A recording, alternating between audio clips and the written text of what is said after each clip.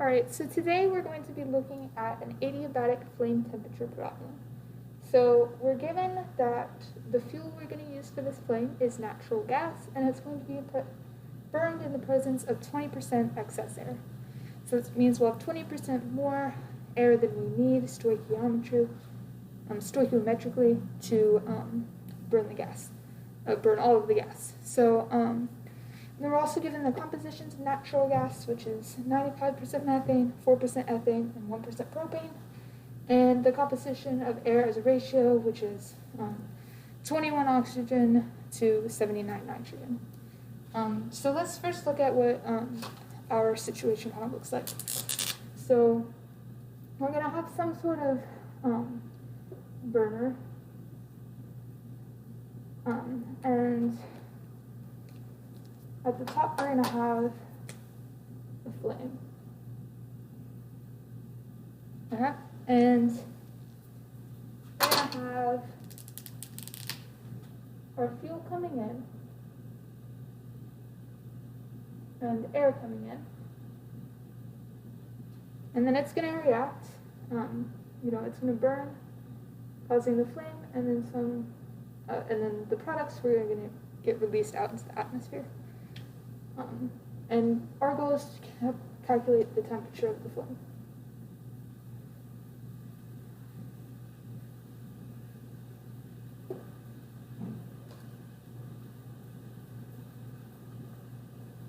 Alright, so first thing we're going to want to do is, write the equations not equations, but like the reactions that are going to occur when the fuel and air are burned. So we'll start with methane. So methane is CH4. And it's going to be the combustion reaction with oxygen. So, and that's going to give us some amount of carbon dioxide and water. All right, now this isn't a balanced equation, so we need to balance it. So we've got 1C over here, 1C over here. That's good. We've got 4 hydrogens here, but only 2 over here, so we're going to need to put a coefficient of 2 right there. And then we have 2 oxygens. 2 oxygens plus 2 oxygens, that's 4 oxygens. We only have 2 over here, so we're going to need to multiply that by 2. So now we have our balanced equation for methane. But this isn't everything that's going to go with it. Nitrogen is also going to be along for the ride. It's not actually going to react, but it will have to get heated up in this process. So it kind of just like goes along and gets heated up at the top. And it will take some of like the energy that is used to heat up. We could get a hotter flame if we use just pure oxygen, because then we don't have to, use that heat to heat up the nitrogen as well. But we're just using air, so we will have the nitrogen in there. So we better put that in here. So we're going to have, on both sides, we're going to have some amount of nitrogen. And that nitrogen is going to be related to the amount of oxygen. So we're going to have 2, because that's the coefficient on the oxygen, times 79 over 21, because that's the ratio. And the same thing over here. All right, and then also since we have excess air, we will have excess oxygen and excess nitrogen that will, come out of this, but we're not gonna write that right here. We just have to make sure we account for it later. So that's for methane. So let's work on ethane next. So ethane is C2H6. Again, it's going to be reacted with oxygen to form some amount of CO2 and water. And then again, we will have some nitrogen along for the ride.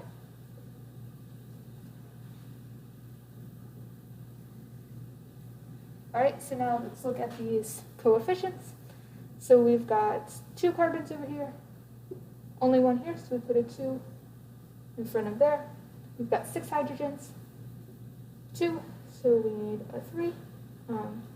Then we have 2 times 2 is 4. 4 plus 3 oxygens, that's 7 oxygens. We only have 2 over here, so we need to multiply that by 7 halves. And then we deal with the nitrogen, so it'll be 7 halves, because that's the coefficient on the oxygen, times 79 over 21. And again, over here, that would be 7 halves times 79 over 21. Okay. Now, finally, we'll look at propane. So propane is C3H8, and then we're going to again burn it in oxygen. That's going to produce carbon dioxide and some water. And then again, we are going to have some nitrogen not produced, but that goes along for the ride. So, all right, and now let's work on balancing. So we've got 3 carbons over here, only 1 here. So we need to multiply that by 3. Then we've got 8 hydrogens. So we only have 2 here, so we need to multiply that by 4. And then we work on the oxygens, which are going to be, so we have 3 times 2 is 6, plus 4, so that's 10 oxygens. So that means we only need 5 over here. And then, so then for the nitrogens, we'll have 5 times 79 over 21.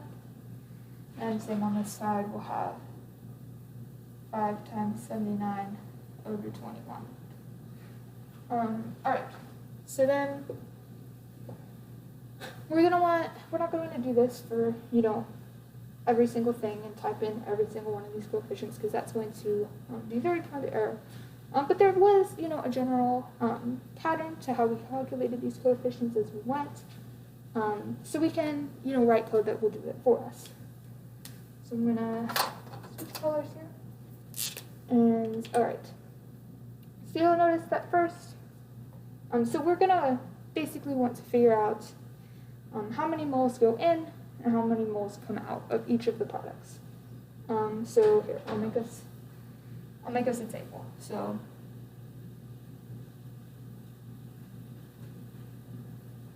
we've got, so we'll have moles going in, moles going out. All right, and then we've got methane, and then we've got ethane, and propane, and then so that's our natural gas, and then we've got air, so we have oxygen, nitrogen, and I need to make this table bigger. Then we also get the products of a reaction, which is carbon dioxide and water.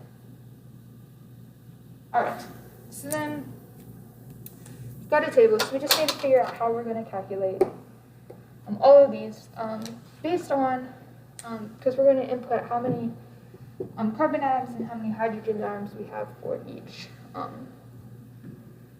each reactant. So, because everything we can find can be based off of that. So we're going to use NC is going to be equal to number of carbons, and then NH is going to be equal to number of hydrogens. All right, so first, so we're gonna go with the assumption right now that we're using 1 mole of natural gas. We can do this with any amount, but for our example, we're gonna use 1 mole because it doesn't specifically tell us how much we're gonna have. So we're going to say we have 1 mole of natural gas.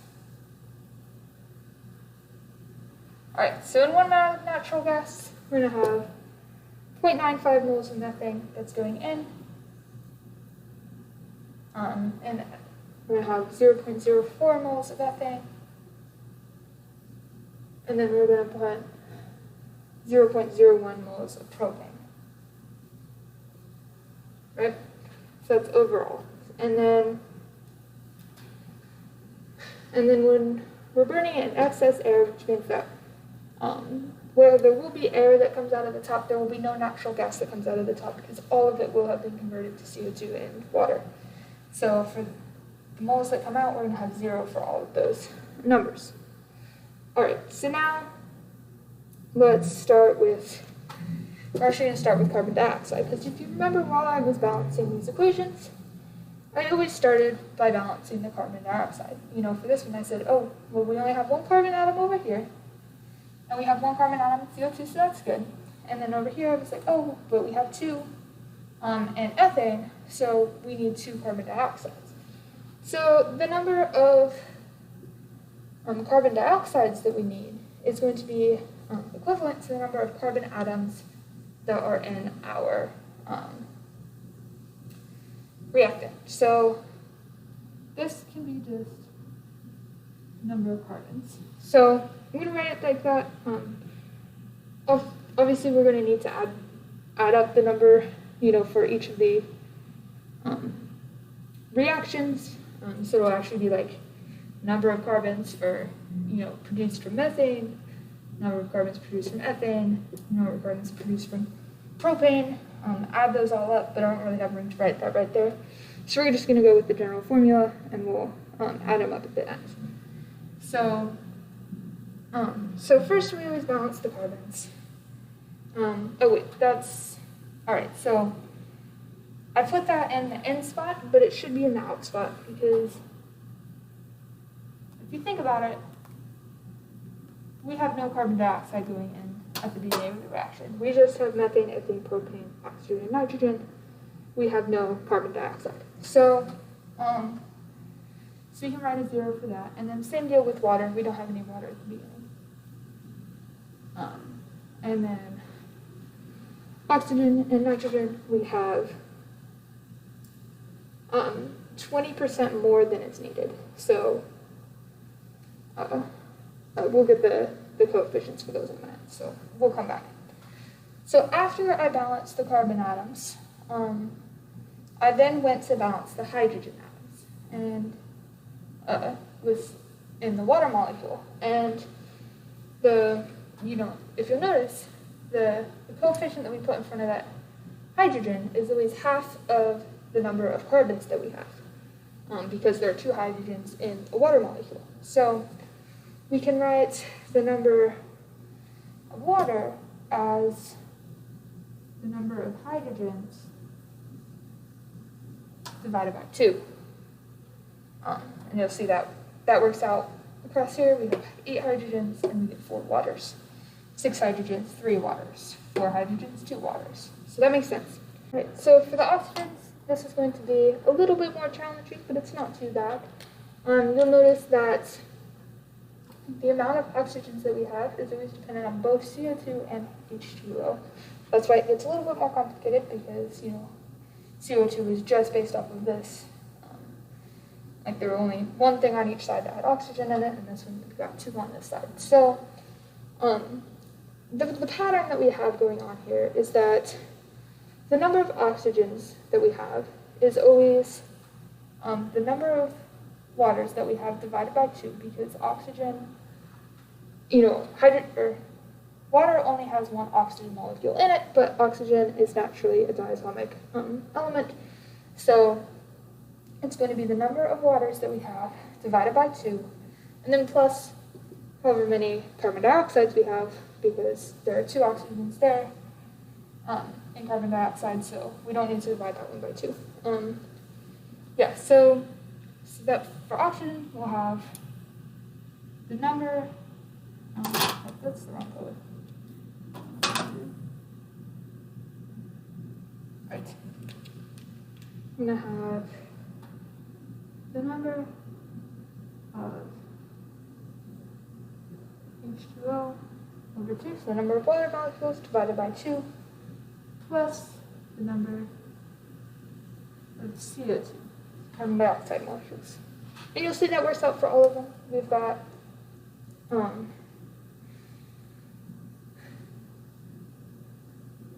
wait, and this is, okay, so this is then how much goes in. So we'll have, I just put it in the wrong box.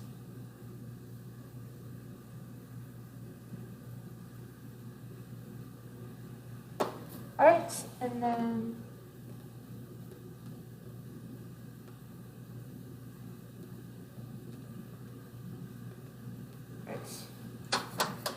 so that's how much goes in, because oxygen is on the side of the reaction. And you'll see that this formula works out for all of the reactions, because you'll have 2 divided by 2 plus 1 is 2. 3 divided by 2 is 3 halves plus 2, that's 7 halves. 4 divided by 2 is 2 plus 3 is 5. So our formula works. And then for nitrogen, going in, we're just going to have the coefficient on the oxygen times 79 over 21. So it'll be number of oxygens times 79 over 21. All right, and then that same amount of nitrogen is going to come off. So you can write that down here as well. Because none of it reacts. And then how much oxygen comes out? Well, most of the oxygen is going to get reacted, but 20% of the oxygen is going to stay. So we're going to call that, so we're going to have 0.2 times that number up here, which we're just going to call number of oxygens. And then actually we also need to account for the excess air up here, because the excess air goes in as well as comes out, so we need to multiply this whole thing by 1.2. I got a little push there, that's not an exponent, it kind of looks like it, so I'm going to write it differently. I'll screw this over.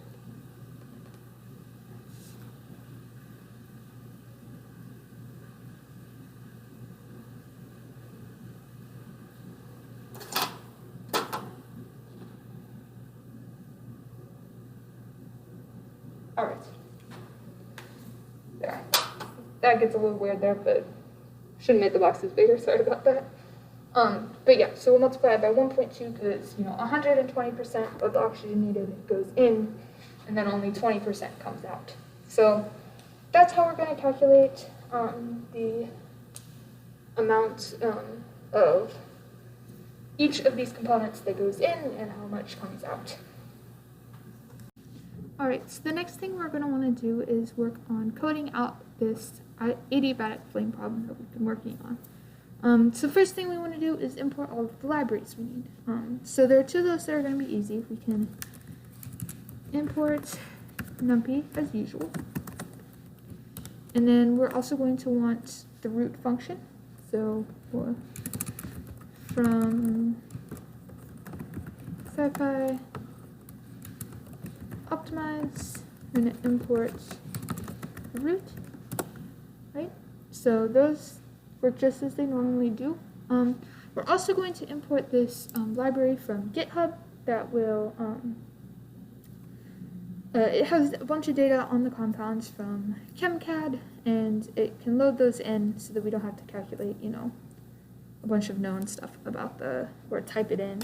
We can just get it straight from this library. So to do that, we're going to copy this link to the code, and we're going to go with git clone, and we're going to go a depth of 1. We're going to get that. Alright, so then we'll let it clone in, and then we want to put it in like the file path that we're going to be using, so so that Python knows where to find it. So we're going to import system, and then sys.path.insert. We're going to insert it in space 1, and this will be found under, so we'll find it under content and then CHE tools. So that's what the library we're looking for is. So /content/CHE tools. Right.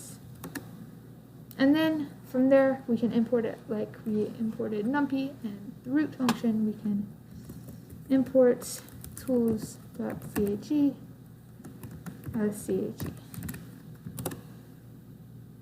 Alright, so next we're going to want to load in the compounds that we're looking at. So to do that, we're going to put them into a variable, and this will be CHE props, so that's how we're going to call the properties of the compounds that we want, and then we have to provide it with an array of the compounds that we want, and we can go over here to see, exactly what, how these are written out. And so first thing we're going to want to do,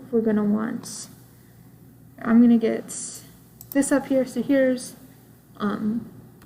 screenshot from earlier when we were looking at the moles, and I had a table here, so I'm going to write down the compounds in the same order that I had them in the table, just for ease of use. So first one's methane, so it looks like that's just methane with capital M, methane, and the props part is already being used here, so we don't need to write that in, just the compound name. Next we're going to have ethane, so ethane's up there, again just capital. Then we've got propane. You see it's not under the P's, it's actually going to be N-propene, so N-propane. And then we have oxygen, just oxygen with capital.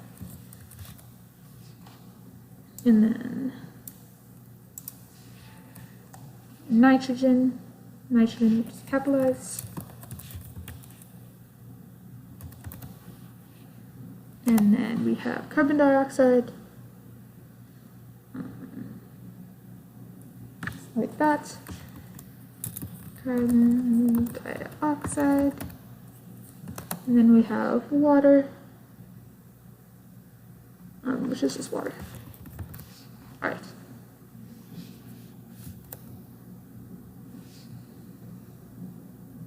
And then, maybe we need quotes around all of these.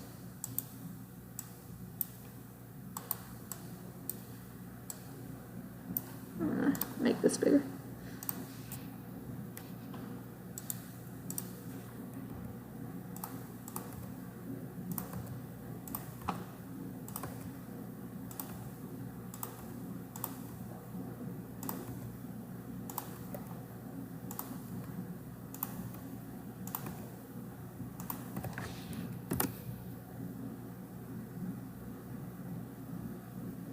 Alright, so there, that worked. We just need quotes around them.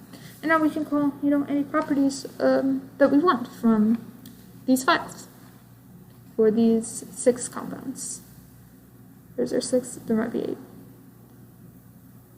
1, 2, 3, 4, 5, 6, 7. There's 7 of them.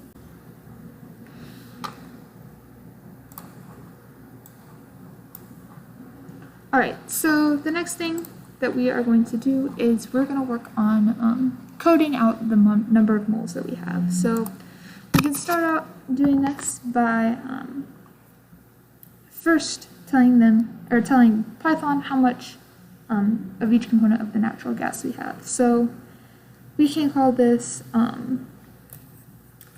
like fuel, and so we'll put the new variable fuel and we'll make it an array. And the array is going to have 0.95 methane, 0.0 for ethane, and 0.01 propane. So we'll put a comment so we know what order it is, but I'm basically going to go always in this order up here. So methane, ethane, and propane. Alright. So the next, let's tell it how much excess air we have. So the excess air is 20%. So, we can write 20% and that as a decimal at this point too. So we have that. So it now knows, how much fuel and how much excess air we have. So let's work on calculating the number of carbons and hydrogens that we're going to have. And to do that, we're going to need the number of carbons and hydrogens in each formula for the methane, ethane, and propane. So we're actually going to use an array to make this. So like an array with an array. So a two-dimensional array. So we'll have the number of carbon and hydrogen for each compound is going to be an NP array. And so the first compound is methane that has 1 carbon, 4 hydrogens.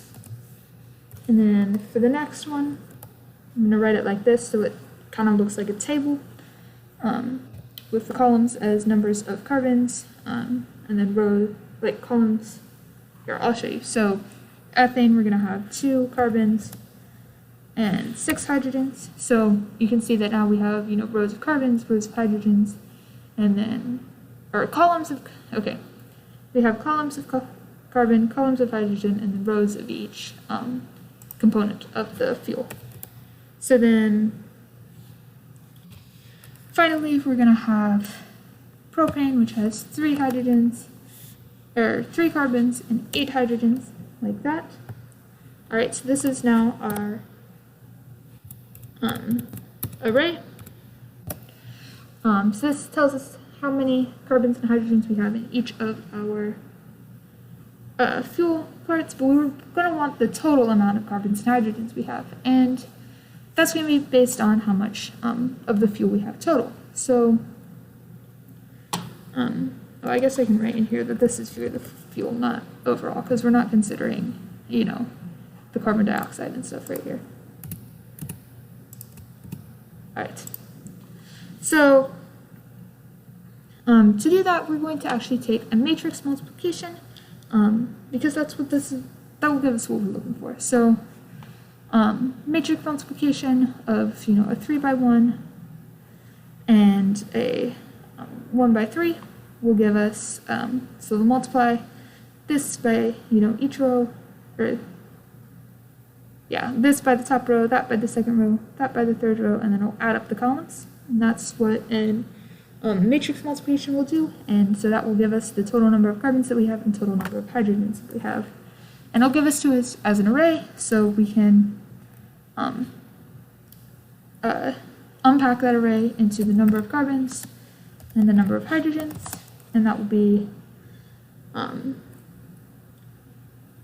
fuel matrix multiplication to NCH fuel. All right, so let's enter that in and see, make sure everything works.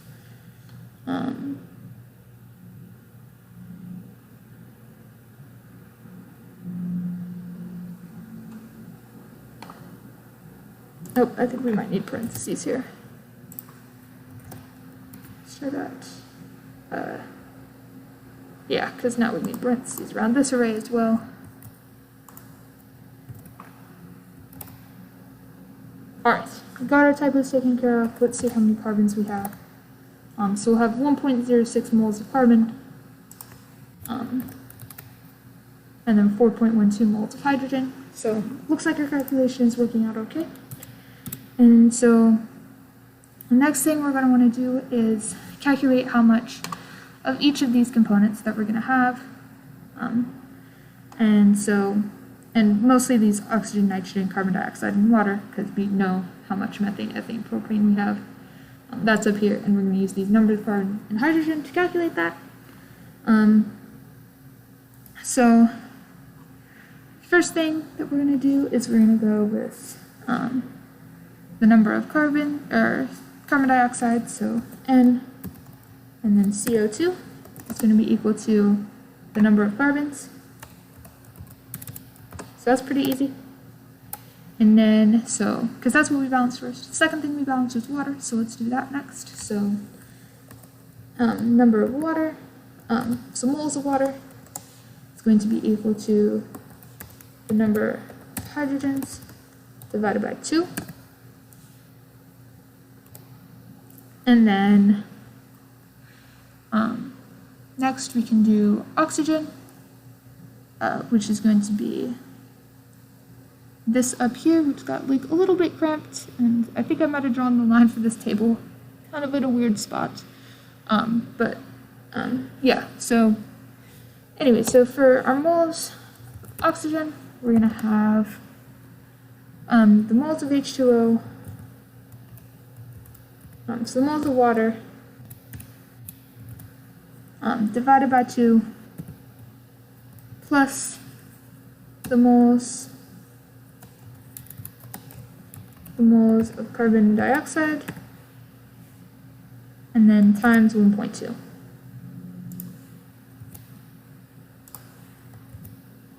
And we're actually not going to write it as in 1.2 because we have this excess air, so we're going to actually write it as 1 plus excess air.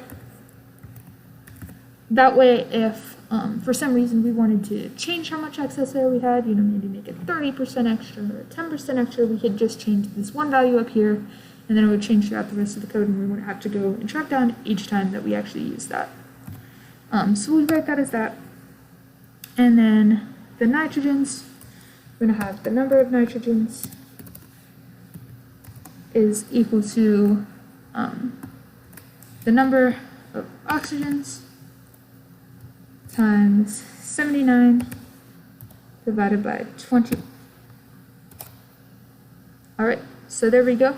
Final thing we're going to want to do is we're going to want to make an array of just all the moles of each compound going in, and then all the moles of each compound going out. So to do that, we're going to go, so moles in is going to be equal to NP array. I'll remember the parentheses this time. And so for our first compound, okay, actually, what we're going to do for this is we want to combine the array, like this array up here, because you can see that those 3 numbers are the same as those 3 numbers. And then we're going to want to combine that to an array with these other numbers. So we're actually not going to use NP array just yet. We're going to use NP concatenate, because that's the function you use to combine arrays. So the first one is, I don't know if I need these brackets or not, so we're going to try it without, and then see. It's fuel, and then we'll make an array, and that will have, so N O2, number of oxygens, and then number of nitrogens, and then 0, and then 0. I'm going to shift enter and make sure there's no typos on that, because alright, so let me try with brackets around here as well.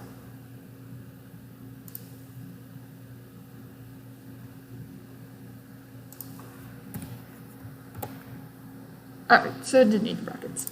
Alright, and then for N out, this time we aren't going to need to concatenate anything, so we'll just do straight into NP array, and so we're going to have 0 moles of methane, 0 moles of ethane, 0 moles of propane, and then we're going to have 0.2, so that 0.2 is excess air, remember, so excess air times the number of oxygens, then we'll have the number of nitrogens, then we'll have the number of carbons, and finally, number of carbon dioxide, and then we'll have the number of water. Alright, shift enter on that. Alright, looks like we have no typos on that, so that's how we're going to calculate the moles of each component that's going in and coming out.